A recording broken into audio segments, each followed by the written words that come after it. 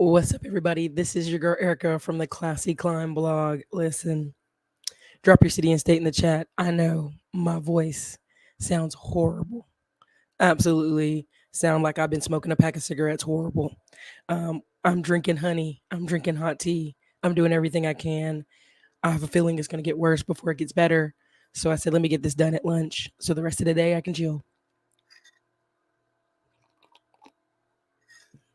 James, I think I have a case of I go in the gym and the hot works and I touch all the stuff and sometimes I touch my face and my water bottle and everything else. And so I got something, but we're working on it. We're working on it.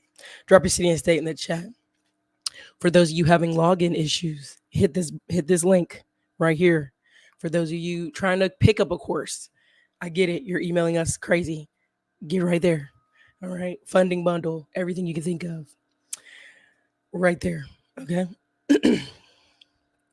I literally have honey and lemon right here in this cup that I'm drinking and mint tea with it. So let's do it. Okay. You see the title, AI tracking you at work. 30 million people already voted and baby boomers still working. Okay. So let's get into it. Let's really get into it. Are y'all ready? Drop those cities and states. Help me out. Help your girl out. Help me fight Skynet. This one I really want to call it again, Who Moved My Cheese Part 27. But I know y'all hate that title, so I'm gonna keep it real. There's a few things I'm gonna tap on. I'm gonna talk about crypto. I'm gonna talk about digital and not deep dive crypto, just an overview. Crypto owning assets still matter. The baby boomers and real estate. All right. I'm gonna hit on a few topics and I'm gonna keep this under 45 minutes if I can, because it's like we're fighting here. Okay. Now, but first things first.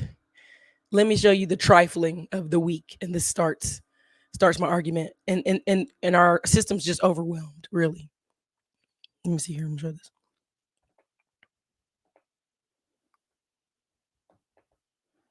The reason Knowles had to fly to Miami to help a friend who had just had liposuction. I just really wish I could go back and change the circumstances and change what I did. While Knowles apologized, the judge was not happy. Daughters were forced to fend for themselves, much like feral cats. According to court records, one of the kids told their teachers their mom wasn't at home and didn't know where she went. The school tried to contact Knowles but couldn't get a hold of her, so they called the police. She kind of reported to her teacher that she talked to mom on the camera last night and that mom ordered them Uber Eats and left it at the door. The prosecution took their time to remind the judge that Knowles had two reliable people she could have asked for help, including her own mother who lived in Cleveland. But she chose not to. Do they always stay here like this? No, my daughter, her friend was in the hospital. The judge made his School. Dominique Knowles inside of a Rocky River courtroom, laughing and smiling despite being found guilty of child endangerment. She says her young children should have been able to take care of themselves for 2 days while she was in Florida. The mother of three, hoping for some leniency. Okay, let me. Why am I showing you this? Why am I showing you this? I know y'all think I'll be petty, but I'm showing you this because she went to help a friend in Miami who got liposuction, who was in the hospital, which means that friend's from the Cleveland area. Where is that friend's family to help them after they had liposuction? On top of that, they have a whole grandma that lives in Cleveland. Why is the grandma not there? And the end of all this conversation is she actually isn't going to jail or anything. It's just going to be on a record because honestly, the system's overwhelmed. This happens way more than they like to talk about. And part of the judge's anger is Cleveland has the highest number of missing children right now. Cleveland, Ohio has like 3,000 black and white missing children. It's an actual hotbed for sex trafficking. And you leave girls under 10 years old at a house by themselves. I want y'all to understand this happens way more than you think the system would like or can handle. And, for all intents and purposes, there was food delivered. So the kids ate, right? There was adults nearby that could help. This happens a lot. I don't think y'all understand how often this happens. Um, and there's nobody I would fly out of state for and leave children behind unattended. But let me keep going. Let me keep going. Let me go on to the next. And this one's talking about AI is watching you. And the reason I want to show y'all this is because I think y'all think they're not doing this at big companies. This ain't just small companies. This is being marketed to smaller companies to use. Okay. So just this put that prefaces in your head of what's happening right now. And I want to do a talk with this with Dr. Dix, but we'll do it on another day. Meanwhile, Olga is hiding in the corner, slacking off, and has only made 3 cups. All of this is tracked by the AI, which then reports the findings to the boss. In Amazon warehouses, similar technology is used to monitor employees. They even allow AI to generate termination notices for workers with low productivity. But it doesn't stop there. Before long, everything around us, from cars to ships to our daily lives, could fall under AI surveillance. Everything will be tracked, monitored, calculated, and analyzed. If you're wondering what AI is really capable of, well, this is your answer. Hey guys, this is a bit scary. No wonder Elon Musk gave this video an exclamation mark. This is footage from a coffee shop using AI to monitor its employees. The blue text with white letters indicates each employee, and the number shows how many cups of coffee they've made.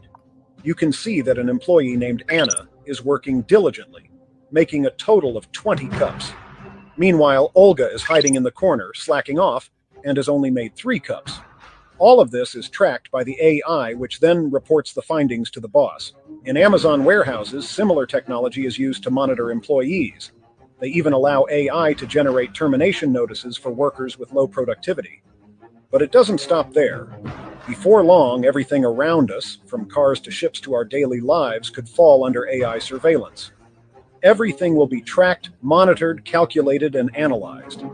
If you're wondering what AI is really capable of, well... Okay.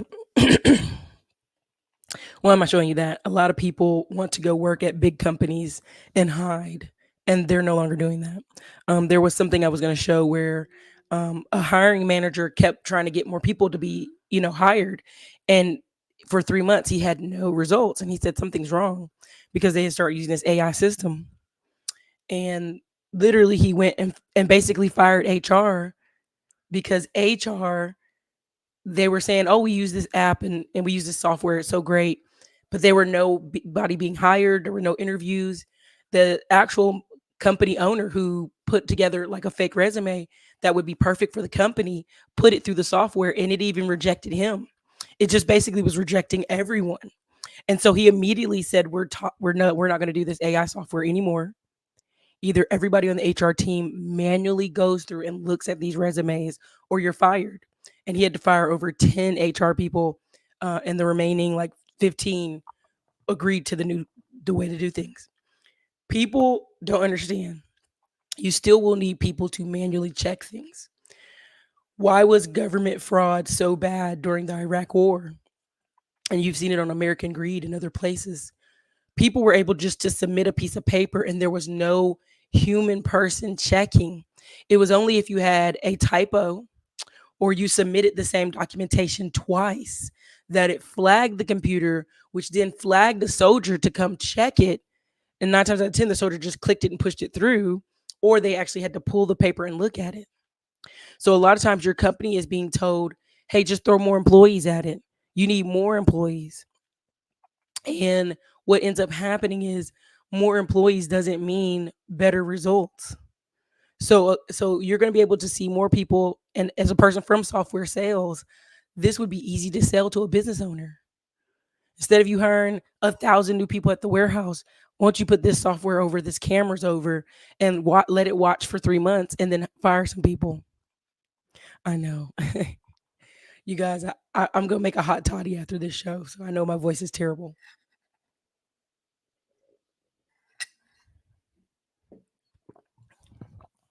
So part of why I'm showing you this is so many people think I'm just going to hop on a part-time job. They talk about Chicago. Chicago is one of the most surveilled cities in the United States, yet they can't solve half the crime there. So it's a choice, right? Chicago has cameras almost every corner. Either the cameras are working or they don't care. One or two things are happening, right? And if you actually go look at the actual bodies of Chicago, majority of the people in the morgue are absolutely Hispanic and Latino. So that, and then on top of that, another portion are Eastern European. So you have cartel action going on, and you have Eastern European, Russian, Ukrainian, Serbian folks having a little scuffle in Chicago. But if you watch the news, Chicago, you would think black people die every 2 minutes, and the data doesn't support that. Okay. Um, I want you to understand that's part of why I'm showing that. Um, Now this is, people are gonna say, Erica, you're being petty, Erica. You're being petty, but I have to be. I'm gonna show you something, and I want you to understand. Essentially, the best way I can do this is, what are the things that can really solve our American problems?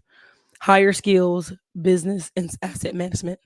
No matter how many jobs I worked, no matter how many, I was a time in my life where I worked 7 days a week, and my mom and my grandma said, "Listen," and this was back in the day before my grandma died. She was like, "Nothing works every day but a maggot and a fool.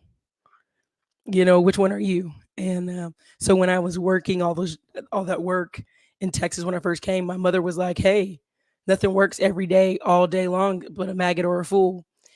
We have to have a way to work smarter, because so many baby boomers are still working and are going to continue to work. We have family members right now who've retired from great quality companies with pensions, and they are now back to work. It's not a money thing. You've trained your body to completely keep working, working, working. What do you do when you stop working? What does money look like? Okay. And so,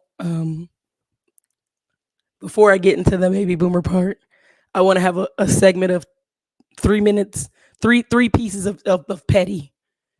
I talk about getting into tech so you guys can get higher income, so you can have more choices. I don't market tech to you guys or businesses to you guys so you can trick. But that is what seems to be our leading thing in our society. Someone who, and this is no shade, no disrespect. I've met this person multiple times, and all apologies in advance as I do this.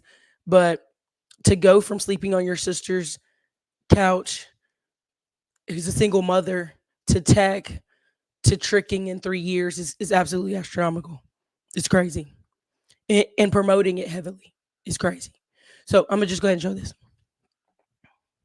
Y'all can do what y'all want with it. I know you're gonna be like, I'm gonna run and tell that, run and tell that. The rest of the show will be positive, but I just have to have a moment here of why this is dangerous.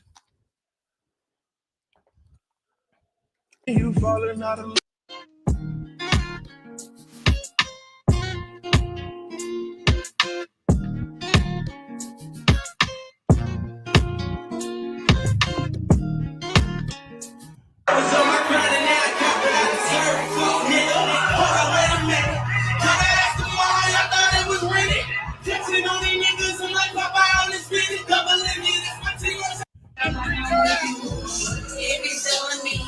now,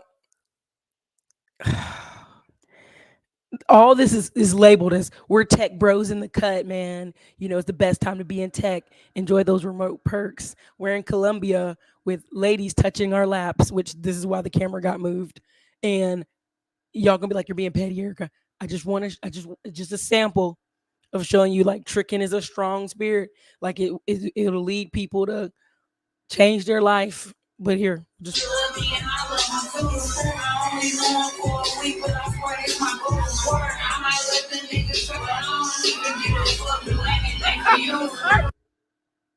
okay.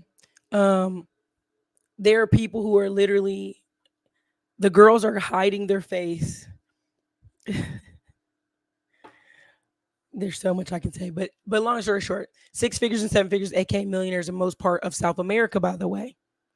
Right? So they've gone from encouraging you to become a millionaire in America to, let's go overseas and trick it. And again, there's no disrespect to him. He works hard. He is teaching people. I get it. But what I want you to understand is There was something he posted earlier that upset me greatly, where he was like, see, look at the black women here. They date whoever they want because they're pretty. And black women, it doesn't matter your race. And I just wanted to understand, you know, this is the frustrating part, because as a not even just as a woman, but as a person who's on my like third passport book and traveled my whole life from like as a child, military from 12 to 24. We went through 2 passport books. Our family constantly traveled in big groups. Our family constantly traveled overseas. We went to South America, multiple places. We had to be safe. Our parents and our uncles pointed out, um, do you see how these black people are living here? They can only be maids. They can only be street cleaners. They can only be food service. Um, what is the problem here? And as a kid, I didn't understand, but as I got older, I understand why my uncles were telling my nephews and my cousins this, right? um why my uncles were saying, yeah, these young men are, I'm gonna give a story, and my family to this day is pissed. I was about 15 years old, and I was on the cruise ship, and a Filipino boy and a Belizean worker um asked me for my address, and I was stupid, and I said, yeah, here's my address in America. And they both sent me letters saying, I love you, I think you're so beautiful, I can come to your country and marry you. And of course, my uncles went and like called Carnival. My dad is going crazy. My stepdad is going crazy. They're like, this is insane. You do not give your address to strangers. I was 15. I didn't know any better. And not anything happened on the cruise ship or anything. But he was like, these people are hungry, honey. They're hungry. They are going to do whatever and say whatever to get to you. And people don't understand, when someone's hungry, you're Superman. You're the woman of their dreams. You may be 15 years old with glasses and pigtails, but you're the woman of their dreams, right? They don't understand that um, y- y- people are hungry, and even in America, people are hungry, and how dangerous it is to walk around Colombia taking pictures, acting like you're a rapper, a star, and you're not that life. You're a really nice suburban black man, and you look like lunch. So this is in comparison, okay? I know y'all don't want me to go here. You think I hate passport bros, and it's not that. I've just lived. I've lived and I've traveled, and I know what hunger looks like, and like you're a solution to their problems. This is a man who's also he's a insurance adjuster. He works and teaches people how to do things remotely, and he's moved to Brazil. And there was several black men in the space who moved to Brazil 10 years ago and had to leave because inflation. And they tell you all these things, and like, don't listen to the guy who's there on vacation to trick. Listen to the guy who's living there and is like realizing the average black person in some of these countries make $300 for the whole month.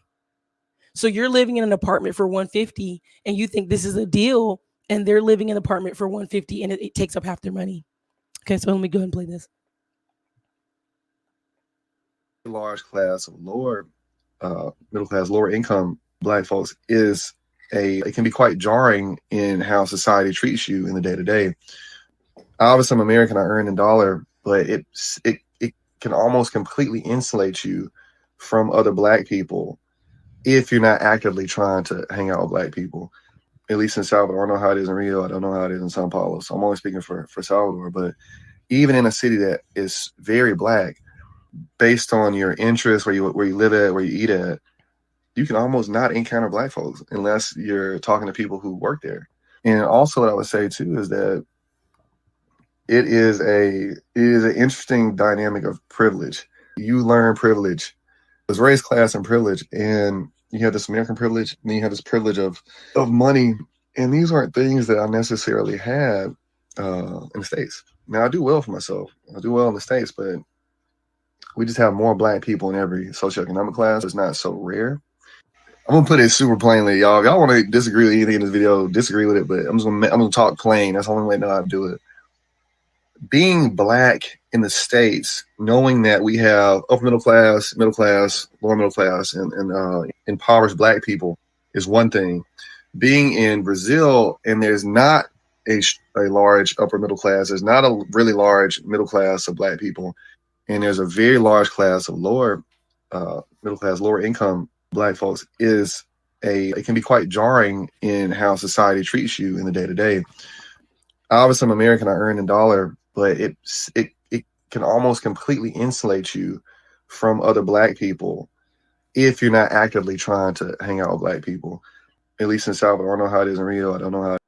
Okay, I'm playing that because I really respect him. Steven does a great job.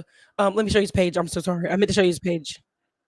Um, because he, to me, is the level-headed Black man who's speaking from like, yeah, we're here to have fun. It's great, but these people really, it's messed up here, and we're really lucky. And I'm having a great time. And this is his page. You can find him. No disrespect. I'm having a great time, and I have friends who relocated at ECU after college and got married and live in those countries, and they live in Salvador Bahia, the north part, very Black. Like they just had their like civil rights moment up there, maybe like 5 to 7 years ago, where they're walking around with their natural curly hair and afros, and there's all these hair care people making millions of dollars, and these same hair care millionaires are getting mysteriously shot or murdered or robbed, right? So when you sit here and talk about, well, Black people in America just sell their hair care products, they would love to come to America and just sell hair care products and make millions of dollars and take care of their people, because that's what they're doing right now in Brazil. And some of their people are getting robbed, murdered, shot. Um, and I think y'all just you're not real. Y'all in a fairy tale, and it's disgusting, really, because you look at these people like meat. Look at their bodies, look at they're gonna have sex with me. And I'm like, when I hear it, I'm like, if you really listen to yourself, you're no worse than the white people who go to Thailand and y'all make fun of them, or go to the Philippines, or go overseas and y'all make fun of them. You're no different, you're no better, just because you're a brown person. It's really disgusting the way I'm seeing people online talk about Black people who, for one, actually are like excited to see you when you go overseas. If you're ever in Belize, if you're ever in Panama, if you're ever in some of these places, they're so excited to see you, and they be like, "What's up?" Like they're dapping you because that's what they think is cool. And it's like, okay, be safe, or go here, or don't put your camera away. Don't go over there. Be good, be safe. They're telling you all the ways to be safe, and y'all are coming over there looking at these people like me. It's real crazy to me. It's so crazy to me. But I love his stories. I love his take on things. There's several Black men who have really positive, good blogs on living overseas, and he's one of them. So I just want to give him his props in comparison, where it's so disgusting how people are like, yeah, man, haha, I got my remote job. That really, if you pay attention to how America's run, we're here to invest in assets, you know? Um, um, because let's be warrior, I'm not even in front. There are women who are doing this too. I'm not going to just say it's Black men. There are Black women who are going to Jamaica and Haiti, and they're actually getting married. There's a Black woman who, she's Puerto Rican. She follows this show. She can cuss me out later on this. I don't care. She has 9 kids. She got divorced recently, and then went over to Africa and married somebody half her age. And I don't know about you, but come on, what 20 something year old is marrying a 40-year-old something with 9 kids? What is he getting out of it other than an awesome trip to come to America? And you may say, well, Erica, you're a hater. What if this 20 something year old man doesn't want kids? What if he's just an African that really loves her? I get it. I get it. But I just think we should be a little honest. Okay. So let me keep going. Let me go with where I'm trying to go, because I wouldn't want my 20 something year old son marrying a 40 something year old woman with 9 kids. I wouldn't want my 20-year-old daughter to marry a 40 something year old man. I don't care how much he says he loves her, is going to take care of her. At some point, it becomes unfair to her. At some point, she's taking care of an old man, and she's not growing with somebody in life. Can it be a life? Sure. Can he be great and wonderful? Sure. But even now, somebody who's dating somebody who's just a few years older than me, Like, we look at life like, oh my God, we have to plan for care for our elderly selves. And I laugh about it, but he's right. I literally listen to him and say, you're right, baby. We do have to plan because you're not guaranteed forever. And so for people to say, well, I'm 60 and I'm going to date a 40-year-old, or I'm 60 and date a 20-year-old, it's really disrespectful. It's really disrespectful. Okay, so let me get into this. Now, this is really important. This is the point of the show. It's like the who moved my cheese. Okay. And I'm gonna go with the other two guys. But before I go to the other two guys, because I don't want you to think this is a whole bashing show. Let me see. Let me show you this.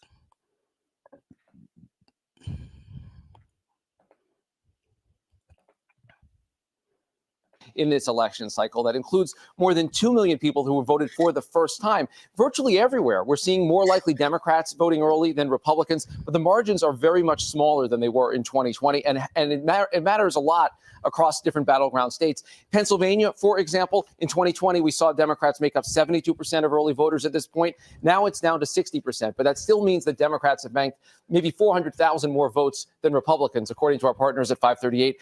A much different story, though, emerging in Nevada so far. The Democrats have basically no advantage right now. There's still time to make up the numbers, but check this out. In 2020, Republicans were only 33% of early voters. Now it is up to 40%. So in this big state with a big Latino population, a whole lot of union members, some warning signs, at least early on in early voting for Democrats, George. And listen, I'm going to say this. I don't care what they say. You got 30 million people voting early. Who votes early the most? Old people. When I went to go vote early, I was in line. I'm going to say this and it sounds terrible, but they had like blind people, wheelchair people coming in there, disabled folks willing in there. And I'm like, and they let them skip ahead of us. And everybody's like, they're going to go first so they can get in. In my head, I'm like, look, he knew he was in a wheelchair before he came up here. He knew he had to wait in line, but I know that's wrong.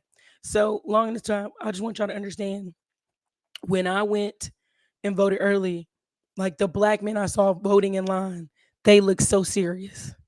Two of them was with white women, they don't matter, but they look like, I'm in here to put this damn vote in. And I want you to understand, you can be a Democrat and vote whichever way you want. And so with them saying, oh yeah, it's probably more, Democrats voting early, and I'm like, do not believe anything these news sources are telling you. Go out, get in line, vote early. 2/3 of the country will vote early. Okay. So just put that in your mind. I know my voice sounds atrocious and I apologize. But this is probably the only show I'll do this weekend because of it. So I'm just gonna do what I can. So why am I bringing this up? What is the point of this? This is the next part. And drop a 1 if you're enjoying the commentary. I know the voice is terrible, but if you could drop a 1 because of the commentary, I appreciate it. All right, so this is America is primed for a home renovation resurgence.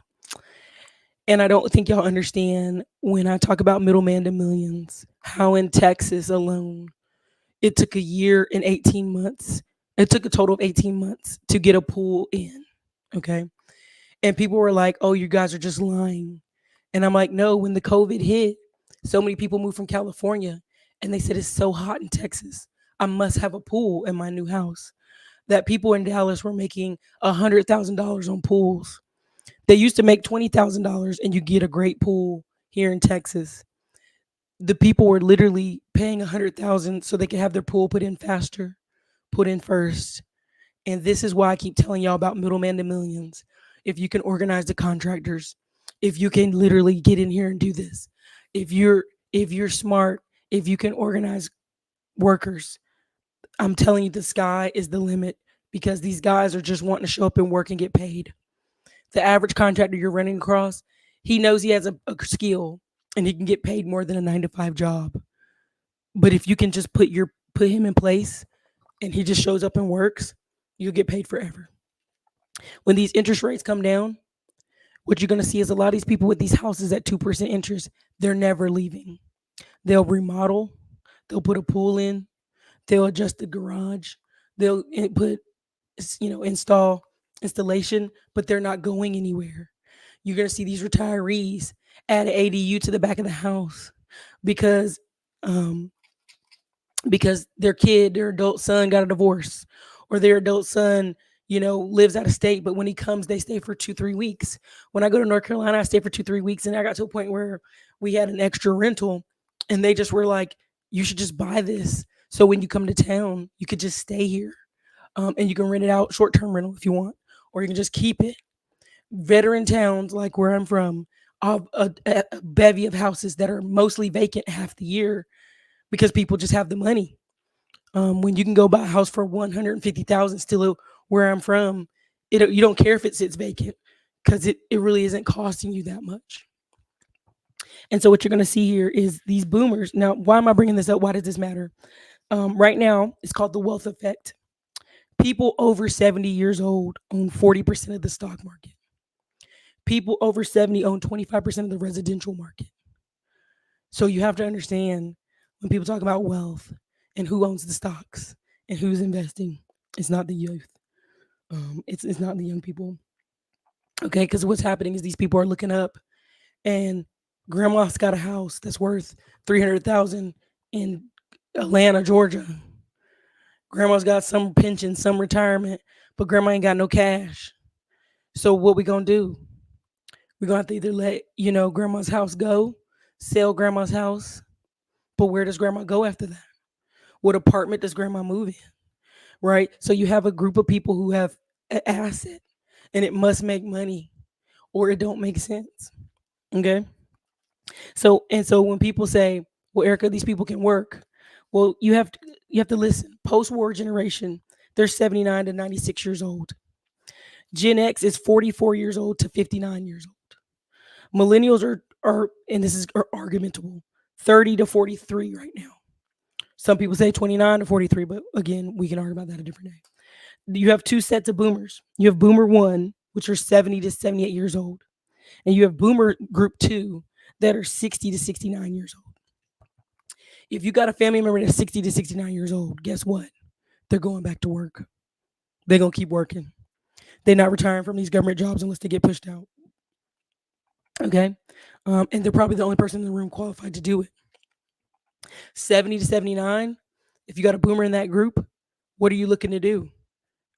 You're either trying to figure out how to own rentals, how to finance your retirement, how to finance your health care, or how to sell your business, right? I've got family friends right now. I got friends right now who father is 82, mother's 77. They refuse to sell their business.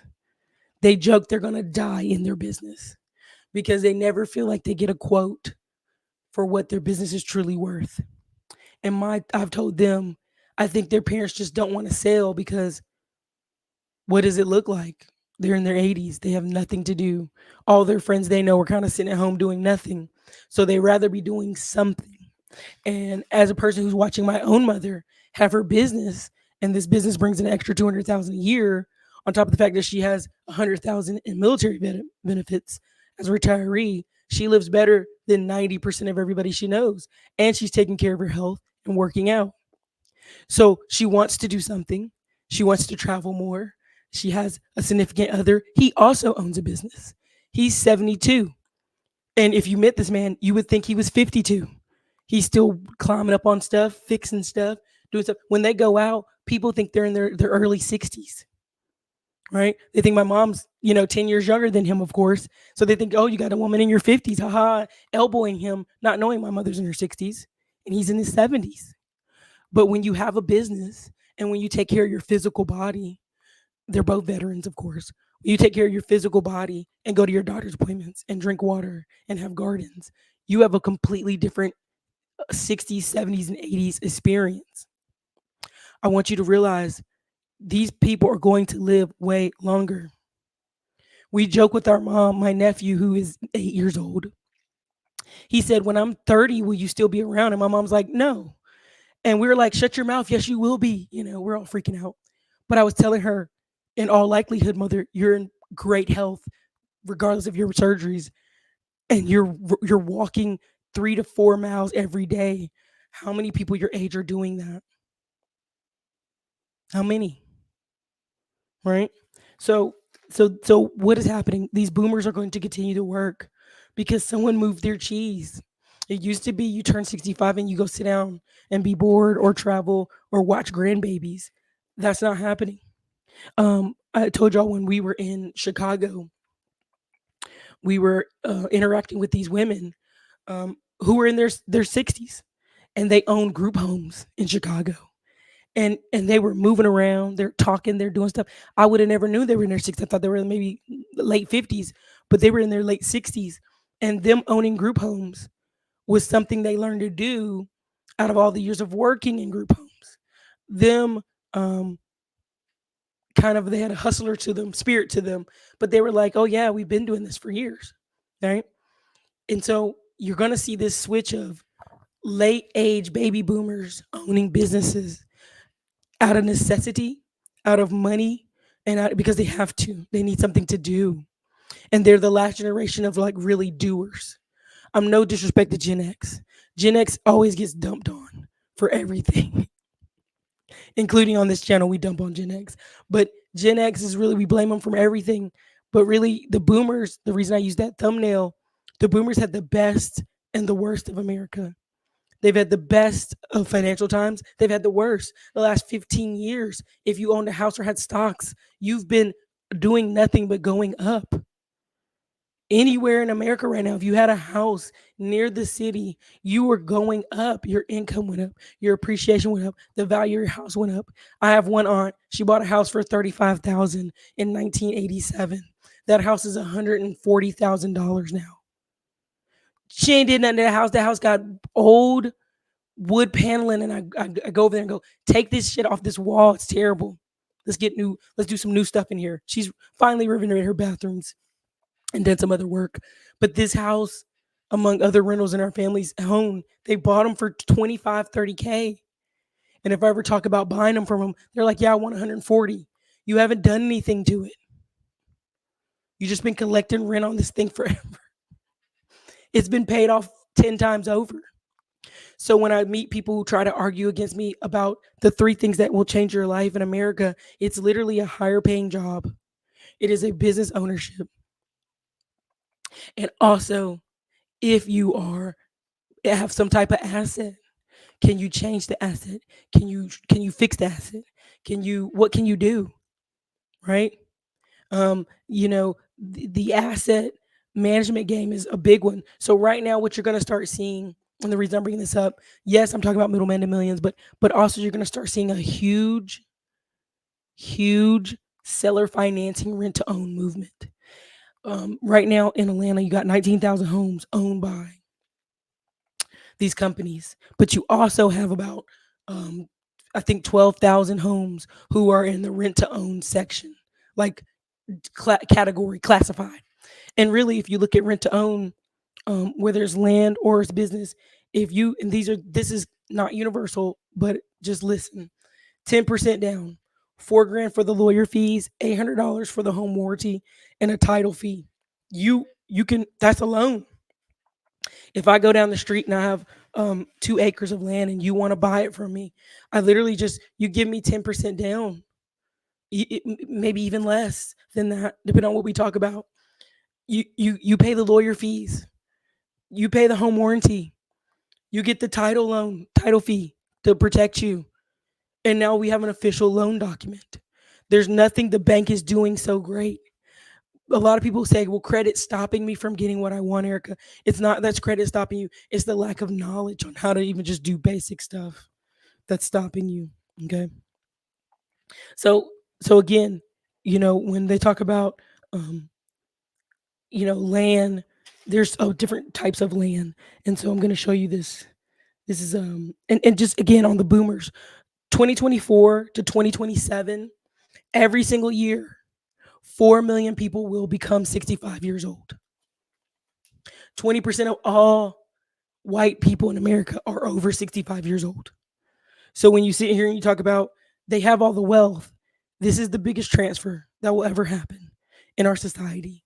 But if you're spending the time to make more money, to go trick off, you're going to wake up 5 to 10 years from now and go, what the hell happened? And why don't I have any houses? And why don't I have any land? And why won't people sell to me? And I can't get bank loans. And it's because you spent the time tricking. You spent the most time tricking. And it's dangerous. And again, remember, baby boomers in 2000, they were wiped out on their stocks. So they went back to work for 10 more years, right? Baby boomers got hit again in 2008. So guess what? They went back to work. Well, now they're too old. 70, 79 years old. Now you're thinking about what type of business you can own. I see older men in a truck and all of the young men jump out the truck and cut the grass. I see that every day. Okay. And then also I see people in their 60s, 70s starting businesses. I see that a lot. Okay. So let me go to the next part. I know I sound crazy, don't I? I sound like one of my aunts that smokes cigarettes. She don't see this show, so I'm not worried. But again, let me show you this article.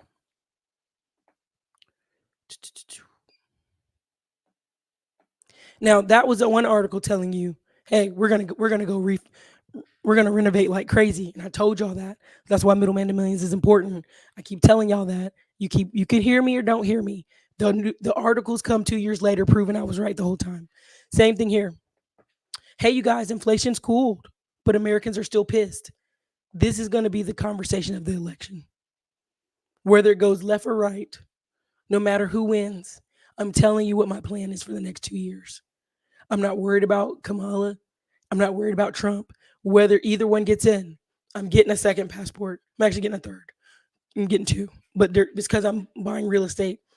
But it's also because I already know the plan I have for assisted living, for development, and also for the brands online I've made. They're just going to grow because of aging and because people don't take care of their bodies. So they'll need some different things like prime example. I don't know if you guys can see with the camera. This right. Well, I'll wait till when you can see it. Yeah, you can. Okay, so glutamine. I bought this thing because it's a master antioxidant and CoQ10's in it. And I realized when I take Mucinex or any medicine, what that does is strips your body of this. So I started taking these to feel better, and surprisingly, I did. So, but you can read all this stuff. This will be the story of the year. Inflation's what they'll blame it. They'll say inflation's why he won, or they'll say, oh, she won, but it's because they were just tired of him. But okay, let me show you this. This is important. Blessings to Erica standing on game. We don't make this money to trick off. We just don't. It's not what it's here for. That's not what we made it for. Erica, you truly appreciate it for this message you try to convey. I wish they would too. I wish they would too. Now let me show you this real quick here. I'm gonna take a little sip break. Hold on.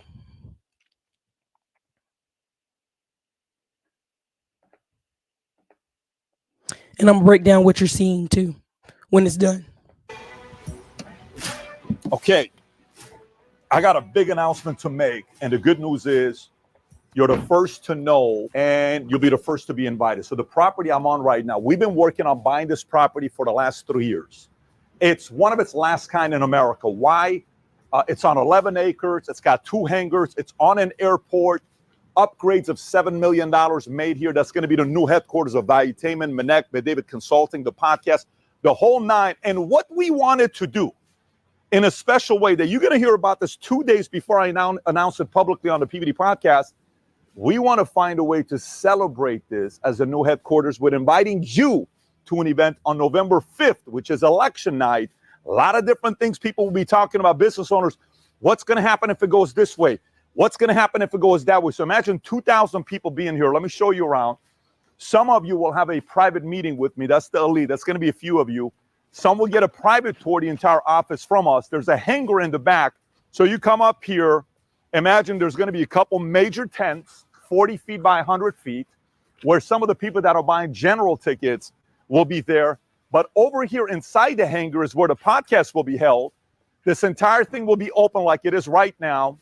Inside of it, myself, the PBD podcast crew, some of the super VIPs will be invited to go upstairs in a section that we have that's got a bar, a restaurant, food, kitchen. You're eating, you're watching it from all the way up there while we're doing the podcast down here in the hangar. So imagine in this room, there's 1,000 people, right? While we're going through this whole thing. Conversation, it's going to be from 6 p.m. is when it starts, all the way up to 2 o'clock in the morning. Who knows? Maybe we'll go 3, 4 o'clock in the morning because a lot of things that's going to be going on. And by the way, do you know why we're not cutting this? We're on an airport. These are planes. We have to hear because right here is the airport. And FYI, Messi plays right there at that stadium right behind us. So you got 48 hours before I announce this publicly. There's 5 ticket tiers that you can purchase. Each one's got more things to offer. But even locally, there's general tickets to buy for just $75. Bring your wife, bring your husband, bring your family, bring your friends. There's one caveat after you buy the ticket. When you buy the ticket and you come on November 5th, you have to wear Future Looks Bright gear. I'm talking Future Looks Bright hat, a shirt, doesn't matter. You're going to have to show I got some kind of Future Looks Bright gear because we want everybody here to spread the message and the energy of optimism around the world, back to their states, wherever you're going to be. So November 5th, click on a link above or below, get registered. And if you're watching this saying, well, Pat, I like to travel private. Can I bring my private jet here? 5 of you guys will be after you buy your ticket. Then you can ask us. And that's only available to the tickets at the highest level possible to bring your jet and park it here. So having said that, get your tickets. And I cannot wait to see you November 5th, 6 p.m. at our new headquarters in Fort Lauderdale. Take care, everybody. Bye-bye, bye-bye. Okay, so I'm laughing because somebody said, are you are you meeting him? If you're new to this channel, and many of you are, I actually was going to be in Florida and underneath this branch. So some of y'all are late to the computer, late to the game, late to everything, and that's okay. I'm not willing to be Candace Owens, any type of version of her, to be more famous. So if you're late to the channel, if you haven't been here for the past 6 years, if you didn't know, your girl would have been in that wheelhouse of people. But you basically, when you go work for other people, you sell your whole brand, your whole identity, your social media. You no longer have a lot of stuff. I'll just put it that way. And lawyers make it very clear you no longer own you. Sorry about that. You think Dave Ramsey's tough. There's a lot of these companies, you go work for them or you go become part of their cohort, under their branch. You'll never really own your shit ever again. Because they know you're about to blow up and your channel will blow up and your numbers will blow up and you'll make a ton of money off them. This is why Bigger Pockets was always on the back of David Green and these people, because David Green made like $50 million and basically lost it all. So, you can look at that however you want. And it's not all lost. It's just heavily invested and not being well managed. So anyway, I showed you that because that's a $15 million, that's on the small end, hangar. And I told you this in previous videos that hangars are the worst. Like, these are the most rare properties to buy because they just kind of assumed, the euphoria of people flying private planes would kind of go down as the baby boomers got older and quit flying. No, it just went up, especially after COVID, 10x. And changing areas to private flying spaces is difficult. So this is a big deal. Now, what you didn't see in this, if you go watch his channel, if you put art in this building, it becomes a tax-free thing. There's a reason he bought that hangar, and he's going to put even more art inside and all the headquarters of all the companies inside. You think people come to Florida and they're going to go, I'm going to come to Florida and Florida has good taxes. No, they're going to try to find a way to even pay less taxes while they're in Florida. Okay, they're going to try to figure out, how can I pay no taxes? Okay, exactly. Meeting me. Okay, so let's just go there for a second. Again, he's going to make 2.5 million off this night, maybe 3 to 4. Really even more than that when you talk about the after effects. But you got $12,000 to have a 2-hour lunch. There's going to be about 50 people who have this ticket. The election night super VIP, $2,000. There's going to be 100 people have this ticket. The $1,000 VIP night, another 100 is going to have this ticket. Okay, the 250 and the 75, the general, those are just kind of like the extras in the background. But trust, this will be 2.5 to $3 million night, $3 to $5 million night for them. Okay, and it will be interesting because just go watch his page on how they're making that place tax free and how they're putting art inside of it. And trust me, Florida has attracted the New York Sharks and the California Sharks and the big masters of the universe to Florida. But Florida, I think, doesn't realize like they rather have the cocaine cowboys because they get that money. These guys right here gonna figure out every way to not pay a dollar while they're in Florida. If you've been in any of my coaching and I talked about captive insurance, and you're struggling with home insurance in Florida, in a few years, you're going to hear the word captive insurance and be like, shit, Erica told me about that. Just put it in your calendars. 2 years from now, everything I usually tell y'all on here, I'm usually 2 years early. I'm usually already working on it. So just letting you know. All right. So here you go. Let me show you this. And again, this is not hating. This is not any of this. This is Brian Jung's channel right here. Now, this is important. This is important. Met this guy, did lunch, went to an event right here in Austin, ton of times. This is no shade. I've brought this up multiple times. This is the prime example of someone who pivots whenever, and I respect it greatly. Talked about credit cards, pivot to drop shipping, pivot because the Asians are deep in the drop shipping, in American Asians, because they got a little bit of leg up on you that they can call and speak the language when they get stuff from overseas. But really, a lot you'll meet in some of these groups a lot of Asian and white guys who are drop shipping and pulling 1 to 2 million a year easily from these companies online. Okay, but they're not all on YouTube. They're not all promoting it. Now he went deep dive into crypto. Same thing as Alex Becker, and heavy talk about crypto. Heavy talk. No disrespect. And he kind of went ghost 4 months ago because he's engaged, about to get married, bought a house in Virginia. Again, this whole thought process that, who lives in Virginia and in DC, it's people with money. So you can go check this out for yourself. Long story short, he shows you where he sold $1 million of his crypto and still had $1 million left. But it is also a twofold thing. This is why I talk about YouTube the way I do. If you're talking on YouTube about something and you're selling it and you're promoting it, where does the line come where you're pumping and dumping, right? Where's the line in the sand? We're really beating up Meet Kevin for his marketing his fun, but there are other people who, to me, in my opinion, they're in the same boat. So this is Kaizen. Again, I'm not promoting his stuff. You guys can look at anybody's stuff. I don't care. I want you to be educated. I don't want you to be a sucker. So $28 for the light group. There's 21,000 people in here in that group. If you do 21,000, and of course not everybody pays, but we're just going to do it for the argument. 21,000 times $28 a month. That's $588,000 a month. Times 12 months, that's $7 million being made off groups, Discord groups, membership groups, everything I freaking teach you and tell you in Digital Liberty Group.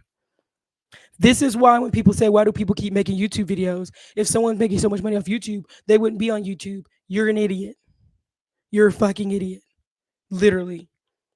People literally take a YouTube channel that has hundreds of thousands of views and pull out 20,000 people. And that 20,000 people is going to put $7 million in their pocket. Hell yeah, I'll do YouTube videos every day and every night.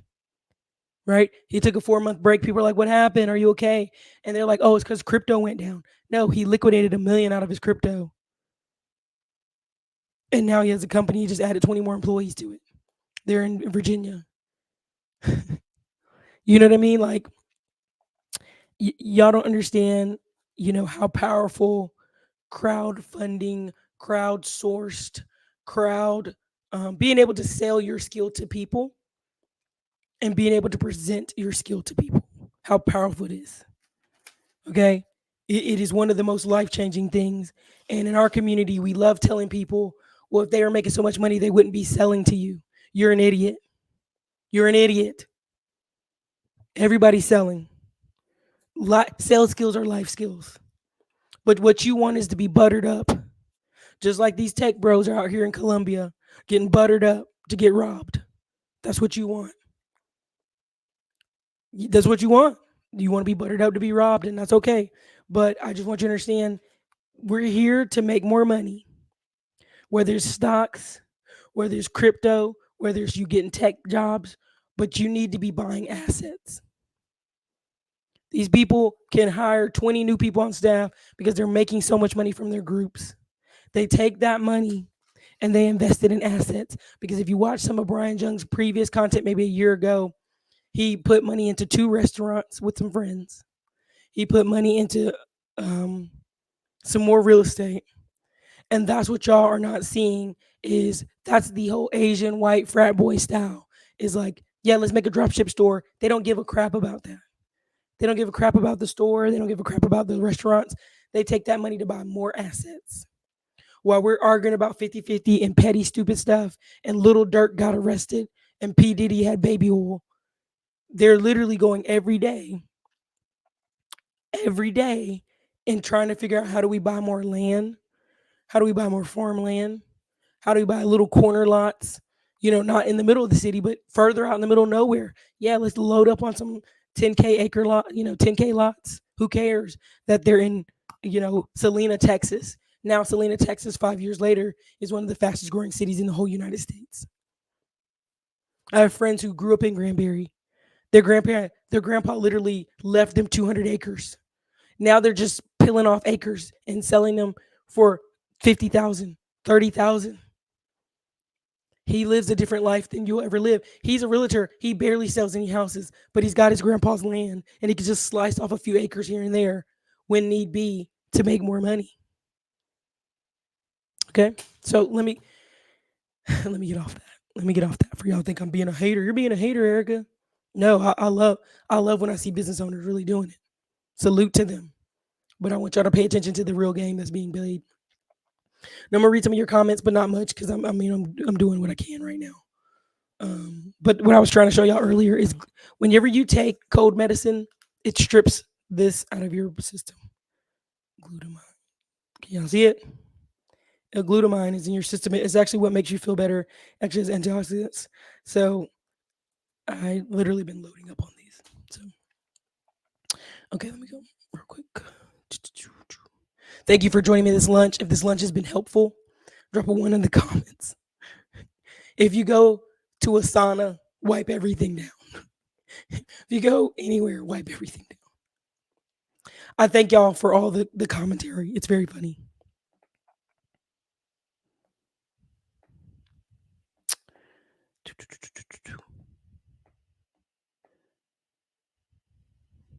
Oh, for sure. The government been doing that.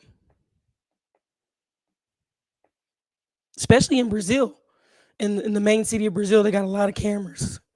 But people don't know that. They see you being tricking. They see you on the tricking. Man, come on. You know what I mean? Come on. Ant dog. 2020, you sleeping on your sister's couch. No, 2019, you sleeping on your sister's couch. That's a single mom. And now you out here tricking 5 years later. I get you. I feel you. But listen, that's my point. If your whole thing is I'm a Christian, a man of faith, women need to be traditional, and then every 2 minutes you in the club, I'm exhausted. I'm like, stop. Just Christians can go to the club. But tricking every 2 minutes is not. Stop it. Right? My voice sounds terrible.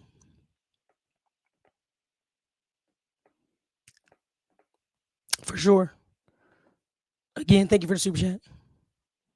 They don't understand how hungry they are. They really don't.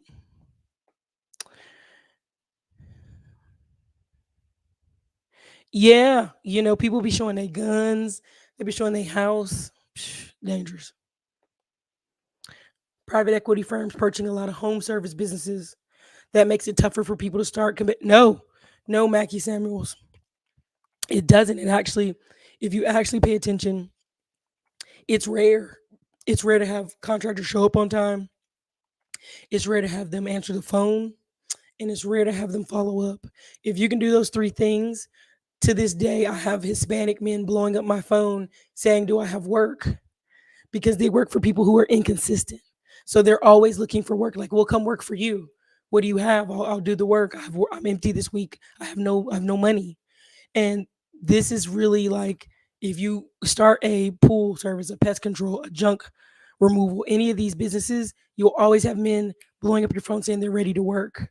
Because really, the average contractor guy, he'd rather not run around knock doors for work. He'd rather you just have the job.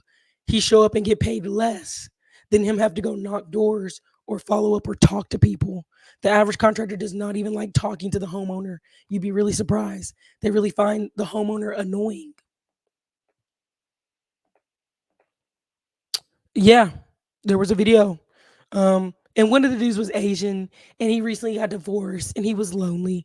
So for 2 years, he's been sending money to this girl. He goes overseas, and she's one of the people that murdered him. Like, I guess she couldn't be patient. Like, he was already sending money. He calls his Asian family member, say, "Can you send me a few thousand?" And his brother goes, "How much?" He's like, 4,000 right now. He's like, "How soon?" Like, right now. Brother sends the 4,000. They don't even get the whole 4,000 because they're so impatient. The brother literally sent the money in an hour. How many of you can call a family member right now and say, "I need $4,000 right now," in an hour? Now I know I can call my parents and I can call my family, but everybody's not my family, and I recognize that. And this is why this is so important. The average black family in America has $28,000 in net worth.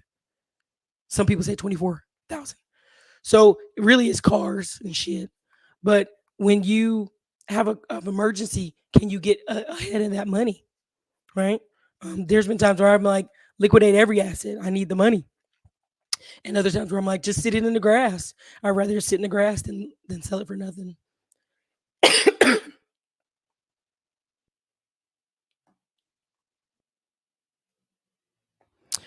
Exactly.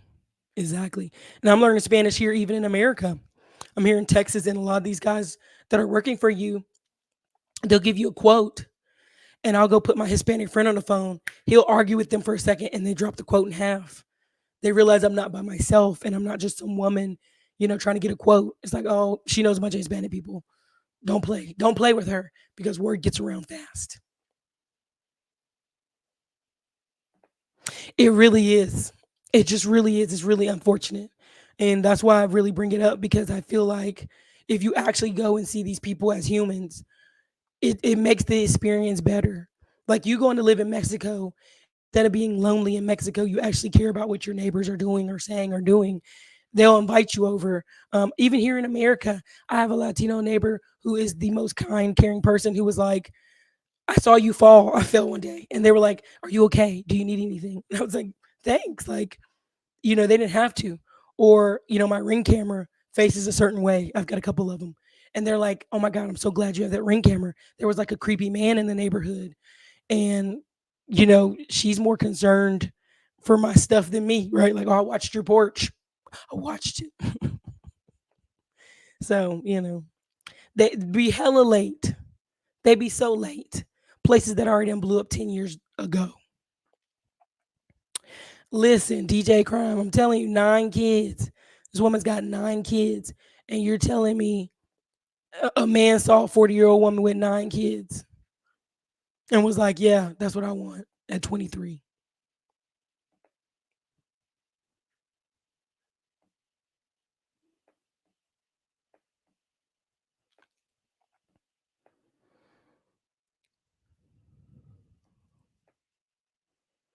What's up, Vietnam?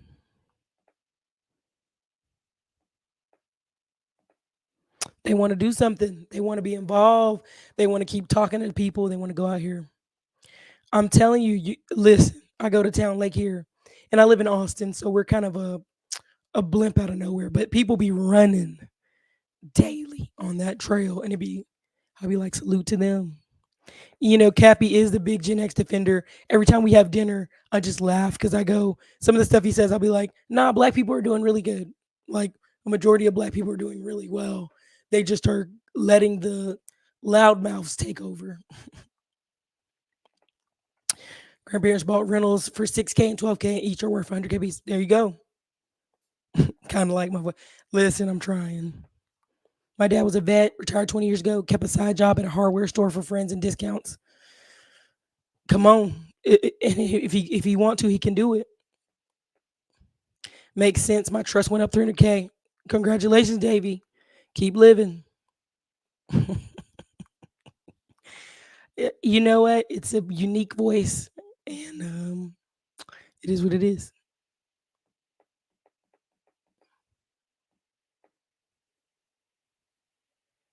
He really is. And I'm talking about business and sales will leapfrog you years, because if you really pay attention, even that show Diamond Dave Recommend Industry, it's who you're meeting. You're rubbing elbows with people who are neck deep in money. And it's just the thing. It's just like, what do you need to know? What do you want? If you're here in Texas, you start just running into people who have land, and they got an oil rig on their land, and they got cows, and like it becomes almost like a normal thing. It's very normal once you get to a certain level. He also is a minor owner in the Brooklyn Nets. So he's inside of a group. So he not playing. But he also ain't playing about them taxes. He don't want Florida to get a dime. He don't want nobody to get a dime.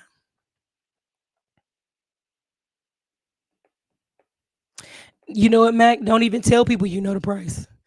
Your people aren't your customers. I actually have black seed oil, and I actually take it every day. That's what's kind of funny. You guys are recommending stuff that I actually do take every day. I take a little cold press. It's a cold press pill, black seed oil. I can never take the oil directly. I would fall out. I would be like, ugh. Come on. That's what I'm saying. Like, Andrew, he thinks it's so boring out here. I'm like, dude, you just slice off a piece of, your land. You're fine. That's that $30 honey. It's good though. It's that expensive honey, and it's good. Oh man. This is true. This is true.